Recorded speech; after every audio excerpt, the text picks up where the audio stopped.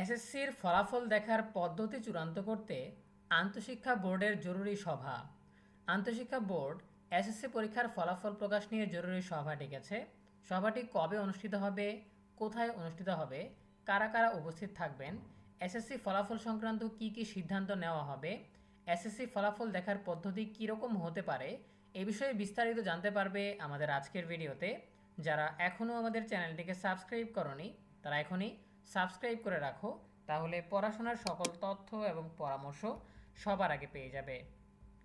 আন্তঃশিক্ষা board সমন্বয় কমিটির 574তম সভা অনুষ্ঠিত হবে বৃহস্পতিবার 6 আগস্ট। সভায় এসএসসি ও সমমান পরীক্ষার ফলাফল প্রকাশ নিয়ে গুরুত্বপূর্ণ আলোচনা হবে। সভার সিদ্ধান্ত অনুযায়ী ফলাফল দেখার পদ্ধতি আনুষ্ঠানিকভাবে প্রকাশ করা হবে। বুধবার 5 আগস্ট আন্তঃশিক্ষা বোর্ড সমন্বয় কমিটির এক কর্মকর্তা এই তথ্য জানিয়েছেন। এর আগে গত 2 আগস্ট রবিবার সবার নোটিশেও এই তথ্য জানানো হয়।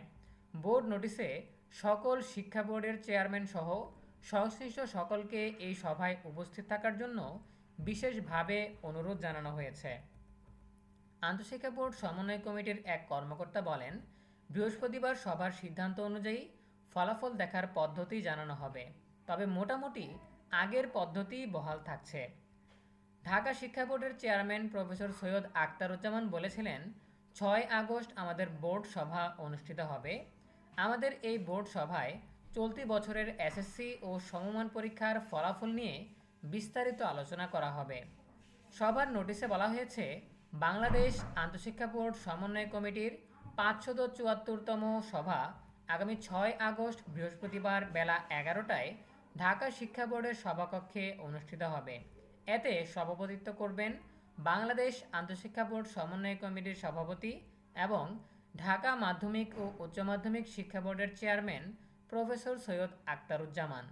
এই সভায় কমিটির সব সদস্যকে উপস্থিত থাকার জন্য বিশেষভাবে অনুরোধ জানানো হয়েছে। সভার আলোচ্য সূচিতে রয়েছে বিগত 26 জুলাইয়ের 573তম সভার কার্যবিবরণী পাঠ ও দৃঢ়করণ, এসএসসি ও সমমান পরীক্ষা 2026-এর ফলাফল প্রকাশ সম্পর্কিত আলোচনা সহ আরও অন্যান্য।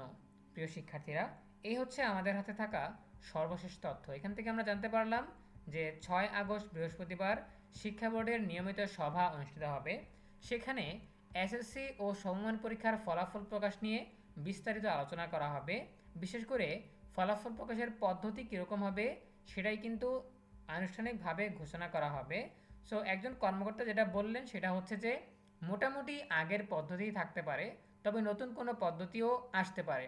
সো এ বিষয়ে আমরা চূড়ান্তভাবে জানিয়ে দিতে পারবো যখন বোর্ড সভা অনুষ্ঠিত হবে এবং তারা আনুষ্ঠানিকভাবে নোটিশের মাধ্যমে ফলাফল দেখার পদ্ধতি প্রকাশ করবে। সো এ বিষয়ে তোমাদের যে কোনো প্রশ্ন কিংবা মতামত জানাতে পারো কমেন্টে। দেখা হবে পরবর্তী আপডেট নিয়ে নতুন কোনো ভিডিওতে।